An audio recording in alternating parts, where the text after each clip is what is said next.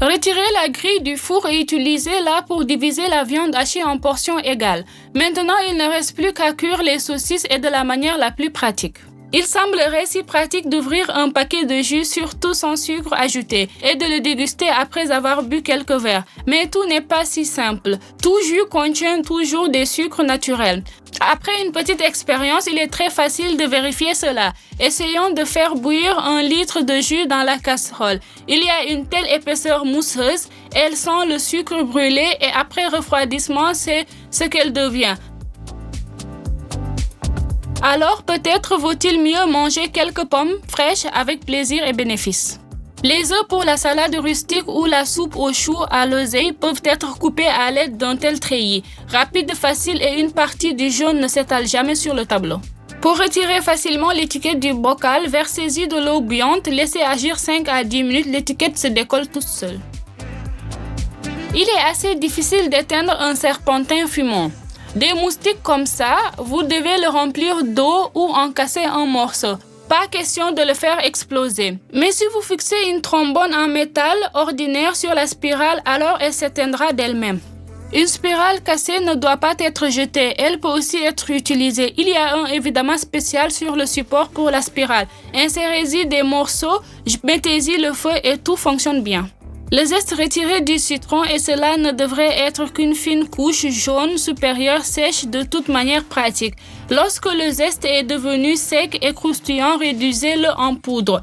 Cela deviendra une sorte de bouée de sauvetage lorsque vous aurez besoin du goût ou de l'arôme du citron.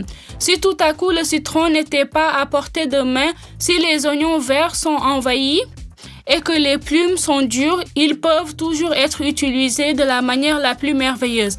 Hachez légèrement les plumes d'oignons verts, transférez dans un mélangeur, ajoutez n'importe quelle huile végétale et broyez le tout jusqu'à consistance lisse. Versez la masse obtenue dans une casserole et allumez le feu le plus faible. Chauffez progressivement la masse quand il commence à bouillir, faites chauffer encore 3 à 4 minutes et filtrez à travers un tamis très fin. Cette huile peut être utilisée pour assaisonner toutes les salades et légumes. Vous pouvez y faire cuire des plats de viande ou faire frire des œufs brouillés. Je partagerai une recette de mayonnaise à base d'œufs à la coque pour ceux qui ont peur de le faire cuire sur un œuf cuit. Ajoutez l'huile végétale, le jus de citron fraîchement pressé, le sel, la moutarde douce et le yaourt nature. Mixez le tout avec un mixeur plongeant. Au réfrigérateur, cette mayonnaise épaissira. Il est très facile de laver le mixeur plongeant et de ne pas se couper avec les lames. Versez de l'eau tiède dans le récipient, abaissez le mixeur plongeant et le tour est fait. Prenez du yaourt épais naturel comme base, mélangez-le avec du soda et mélangez pendant 3 à 4 minutes. En raison de la réaction qui a commencé, de nombreuses bulles apparaissent et le yaourt augmente de volume. Cela signifie que la cuisson sera réussie. Ensuite, tamissez la farine de blé entier en plusieurs étapes avec du yaourt pour que la farine ne se disperse pas. Utilisez un verre et un tamis. Ajoutez un peu de levure chimique et de sel à la farine. Versez l'huile végétale et pétrir en une pâte molle.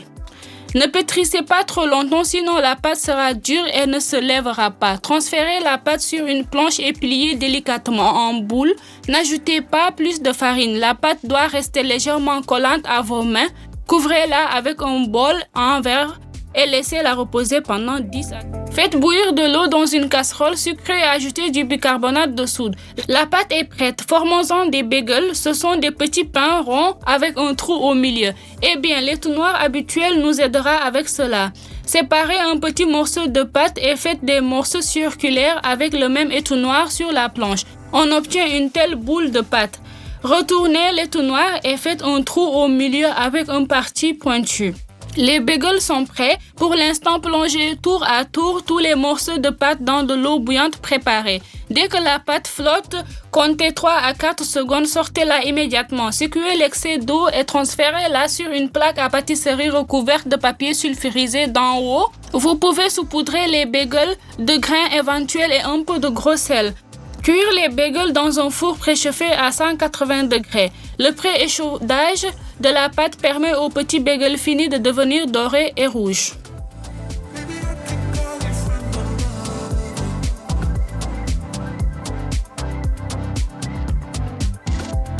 Les bagels finis, on peut les utiliser pour préparer aussi des sandwichs salés ou sucrés. C'est vraiment délicieux. Essayez à la maison. Dans les formes métalliques minces, la cuisson n'est pas toujours réussie. Pour rendre le gâteau beau, bien cuit et complètement uniforme sur le dessus, utilisez la technique suivante. Humidifiez bien les serviettes en papier avec de l'eau et pliez-les en bandes aussi larges que la hauteur du moule. Posez sur une feuille de papier d'aluminium. Enroulez de manière à ce que la bande de papier d'aluminium soit également de la bonne largeur.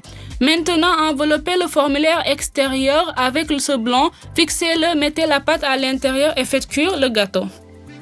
Pliez le ruban ou la ficelle en deux, placez-le derrière le sac et tirez d'abord l'une des extrémités dans la boucle serrée. Tirez la deuxième pointe dans une nouvelle boucle serrée. À nouveau, on obtient un sac noué avec un petit arc. Mais si vous tirez sur les deux extrémités, tout est délié rapidement.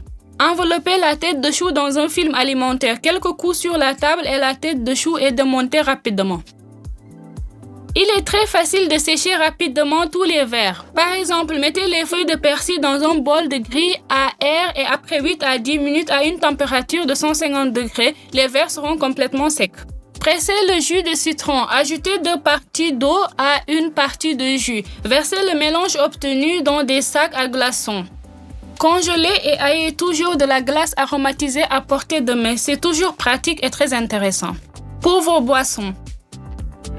Si le jus de pêche est congelé dans une moule en silicone en forme de rose, puis utilisé comme glace pour le champagne, la boisson aura non seulement l'air plus intéressante, mais acquérera également le goût d'un cocktail Bellini.